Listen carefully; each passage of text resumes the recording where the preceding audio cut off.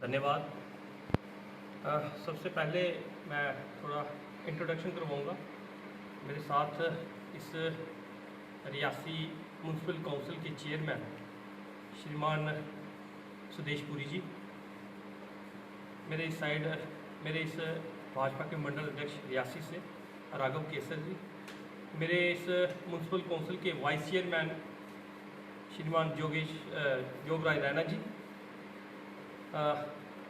इस साइड में बैठे हुए मेरे धीरज गुप्ता जी और मेरे ही वार्ड से काउंसलर श्रीमान ओम प्रकाश भगत जी।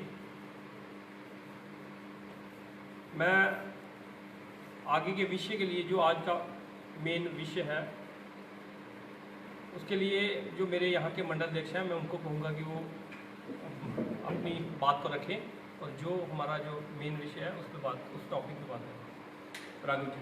धन्यवाद अध्यक्ष जी। इस पत्रकार वार्ता में आप सब लोगों का स्वागत है। जैसे कि अध्यक्ष जी ने आदेश किया है कि मैं आज की इस प्रेस वार्ता का जो मुख्य बिंदु है आप सब लोगों के सामने रखूं। पिछले कई समय से हम लोग राजनीतिक क्षेत्र में काम कर रहे हैं, लोगों के बीच में आना जाना होता है और गत 2-3 वर्षों से मैं भी भारतीय जनता पार्टी का हिस्सा हूँ। अध्यक्ष जी हमारे बीच में हैं, हमारे नगर पालिका के अध्यक्ष, उपाध्यक्ष और पार्षद हमारे बीच में बैठे हैं।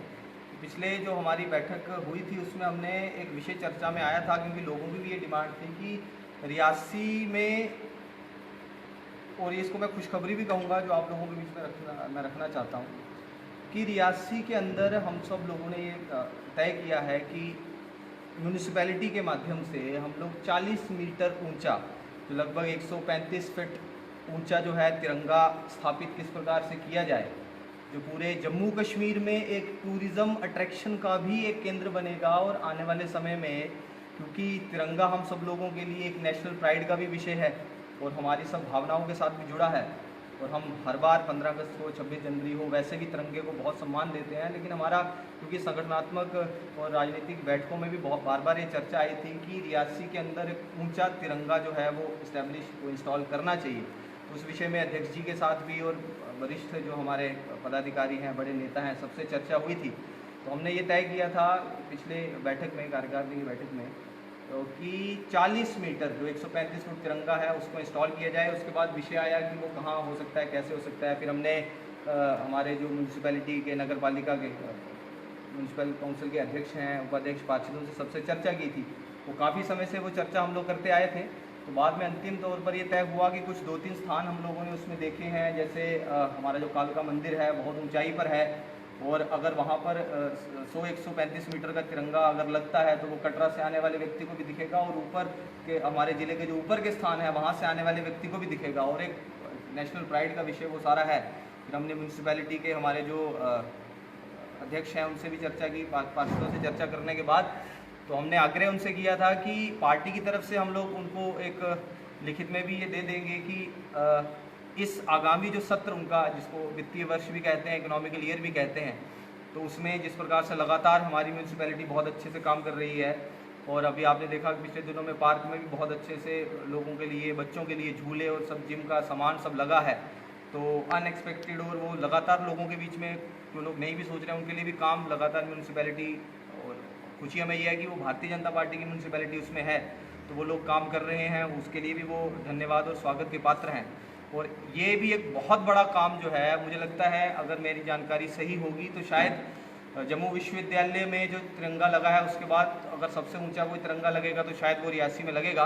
तो उसके लिए एक तो कालिका मंदिर जो हमारा है उसका एक स्थान हम लोगों ने वैसे चर्चा में तय हुआ है। दूसरा जो हमारा जो किला है, जो एक बहुत ही सांस्कृतिक धरोहर हमारी है, तो उसमें किस प्रकार से टेक्निकलिटीज़ हैं, किस प्रकार से डिपार्टमेंट के सारे विषय हैं, वो अच्छे से हमारे जिलाध्यक्ष जी के नेतृत्व में हमारे नगर जो पालिका है उसके अध्यक्ष जो हैं उस पर सारा विचार विमर्श करेंगे। और मैं इससे आगे जो है अध्यक्ष जी से कहूँगा कि वो आगे की कार्रवाई करें। अब मेन यही था, और हमने जो आज की जो ये प्रेस वार्ता है इसलिए रखी थी क्योंकि मैंने आग्रह किया था अपने जो म्यूनसिपल काउंसिल के चेयरमैन हैं उनसे, उनके वाइस चेयरमैन हैं, मेरे 2 यहाँ पे काउंसलर भी हैं जो यहाँ पे इस समय अवेलेबल थे, उनको मैंने यहाँ बुलाया, उनसे रिक्वेस्ट की है ये ही जो डिमांड है इसके लिए हमने इनके सामने ये रखी है, और लिखित में, जैसे मेरे मंडल अध्यक्ष जी ने कहा कि लिखित में हम इनको दे रहे हैं, और लिखित में इनको अब मंडे को सुबह मॉर्निंग में दे देंगे। और ख़ासकर मैं अध्यक्ष जी यहाँ के जो, मैं और भी कहूँगा कि कोई काउंसलर अगर अपनी बात रखना चाहता हो पहले वो बात रख लें, बाद में मैं चेयरमैन वाइस चेयरमैन से रिक्वेस्ट करूँगा अगर कोई काउंसलर अपनी बात रखना चाहता हो। तो मैं चाहता हूँ कि जो मेरे म्यूनसिपल काउंसिल के चेयरमैन हैं, मुझे तो खुशी है कि म्यूनसिपल काउंसिल जो है वो भारतीय जनता पार्टी की है, तो मैं अपने जो अध्यक्ष जी हैं मैं उनसे रिक्वेस्ट करूँगा कि वो अपनी बात करें। पहले तो आप सब लोगों का धन्यवाद यहाँ पे आए। जैसे आपको बताया गया कि आज प्रेस कॉन्फ्रेंस जो रखी गई है, मुझे जैसे ही अध्यक्ष जी ने कहा कि आपको वहाँ पे आना है तो मैं आपके सामने पेश हुआ हूँ। मेरे साथ बैठे हुए राघव जी हैं, मेरे साथ वाइस चेयरमैन हैं जोगराज जी, मेरे साथ बैठे हुए धीरज गुप्ता जी हैं जो काउंसलर हैं, और ओम जी हैं ये भी काउंसलर हैं। जैसे अध्यक्ष जी ने कहा कि हम इनको रिटर्न में देंगे लिख के, तो मैं समझता हूँ कि ये एक अच्छी बात है कि रियासी में एक जो है झंडा ऊंचा रहे हमारा, वो 135 फुट का जो झंडा है जहाँ पे लगे। तो मैं इनको विश्वास दिलाता हूँ कि मैं अपनी तरफ से पूरी कोशिश करूँगा। इनके जो भी इनका प्रस्ताव आएगा, मैं अपने काउंसलर जो भी हमारी मीटिंग होती है जहाँ 15 दिन में या 8 दिन में जो मीटिंग हमारी होती है, उसमें ये रखा जाएगा कि लोग चाहते हैं, पब्लिक चाहती है, और हम भी चाहते हैं कि 135 फुट या 130 फुट का जो फ्लैग है वो जहाँ पर लगे। तो मैं आप अध्यक्ष जी को भी और जो मेरे साथ बैठे हुए हैं, मैं इनको भी विश्वास में दिलाता हूँ कि वो काउंसिल जब बैठेगी वो वहाँ पर प्रस्ताव रखा जाएगा। वो पूरी कोशिश करूँगा कि उस प्रस्ताव को जो है पास किया जाए। जैसे अध्यक्ष जी ने कहा कि हमारे कुछ चीज़ें जो रियासी में बढ़ रही हैं इस वक्त, गलियाँ नालियाँ तो बढ़ रही हैं, लेकिन जैसे अध्यक्ष जी ने कहा कि राघव जी ने कहा कि पार्क में जो एक 6.5 लाख रुपए का जो प्रोजेक्ट हमने भेजा था वो आज बन के तैयार हो गया। आपने देखा होगा बच्चे कितने खुश हैं। और उसके बाद जैसे आप मीडिया वाले भी हमारे पास जो है बातें पहुंचाते रहते हैं कि फलानी जगह ऐसे हो रहा है, फलानी जगह ऐसे हो रहा है। ऐसे ही बस स्टैंड का एक मसला था, जैसे आपने बहुत मीडिया वालों ने उसको भी खबर में लिया, उसको वो हमारे ध्यान में आया। उसी हिसाब से जो बस स्टैंड आप देख रहे हैं काम लगा हुआ है, और इतना अच्छा वो तरीके से काम हो रहा है। मैं चाहूँगा कि आप लोग भी वहाँ पे जाके देखें कि कैसा काम हो रहा है वहाँ पे। जैसे हमारे अंचल जी वो जो बोर्ड का थड़ा था उसके ऊपर भी बड़ी हमारी बात होती रही, तो उस बोर्ड के थड़े को भी हमने बना के तैयार करके रख दिया है। उसके बाद एक बोर्ड का थड़ा और था वहाँ पे, उसको भी हमने ग्रेड नाइल लगाया हुआ है। और मैं समझता हूँ कि सबसे जो बड़ा प्रोजेक्ट है जो हमारे रियासी में बन रहा है वो 40 करोड़ रुपए का प्रोजेक्ट है।